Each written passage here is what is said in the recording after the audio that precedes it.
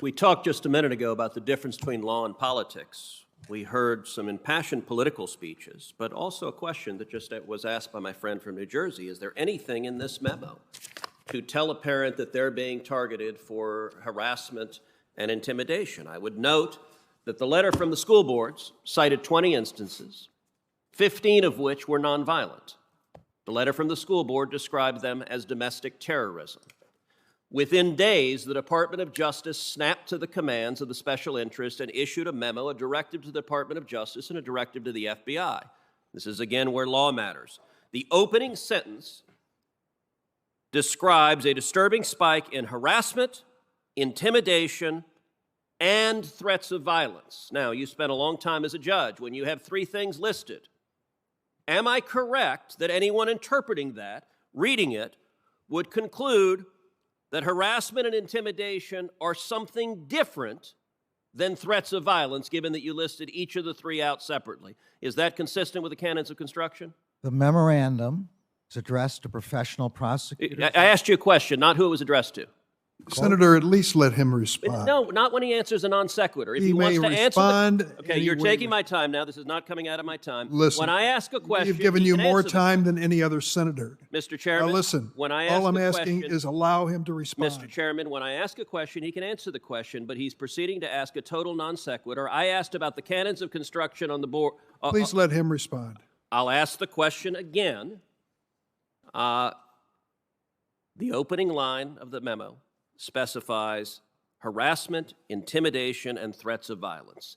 Is it correct under the ordinary canons of construction that a legal reader would understand that harassment and intimidation means something different from threats of violence? Is that correct? A legal reader would know Virginia versus Black, the Supreme Court definition of intimidation, and a legal reader would know 18 U.S.C. 2261A, the definition of harassment. And would a parent?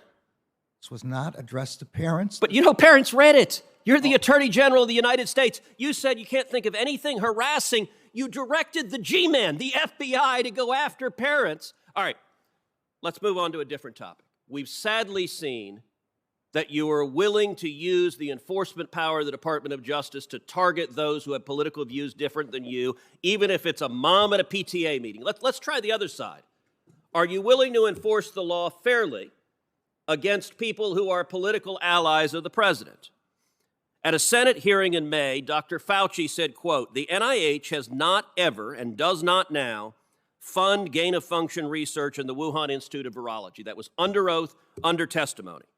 On October 20th, the NIH principal deputy director, in writing, directly contradicted it. Those two statements cannot be true. As you know, Section 1001 of Title 18 makes it a federal crime to knowingly make false statements to Congress. Is the Department of Justice investigating Dr. Fauci for lying to Congress, and will you appoint a special prosecutor to do so? I'm going to say again, the memorandum that I issued is not partisan in any way. It has nothing to do with what I agree with or I don't agree with. I don't care whether the threats of violence come from the left or the right. Could you answer the question I asked? The second question, we don't comment on criminal investigations or other investigations. Well, amazingly, when it's the political enemies of the administration, you comment loudly in a memo. Let me ask one other question. You're not asking. President Biden recently said in a national town hall that police officers who decline to get vaccinated should be fired. Do you agree with President Biden on that?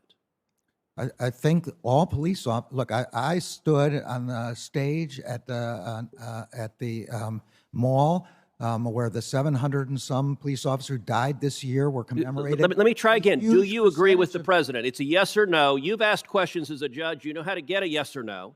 Do you agree with the president? Yes or no? A large percentage of the law officers who died this year died from COVID-19. Do you agree with President Biden that police officers who decline to get vaccinated should be fired? Yes or no? And if they had been vaccinated, they wouldn't have died. So is that a yes? You do agree with the president? Police officer. In Chicago, a third of the police officers did not file their vaccination status. Do you think Chicago should fire fire a third of its police officers when murder rates and crime rates are skyrocketing? This is a determination that the city of Chicago will have to make. So do you agree with the president? The president said yes. Do you agree with him? You are the chief law enforcement officer of the United States. Do you agree with Joe Biden saying fire police officers despite skyrocketing crime rates? That is a question that is one of state law there and will have to be decided by the state. You have no view on whether we should fire Senator, cops? your time has expired.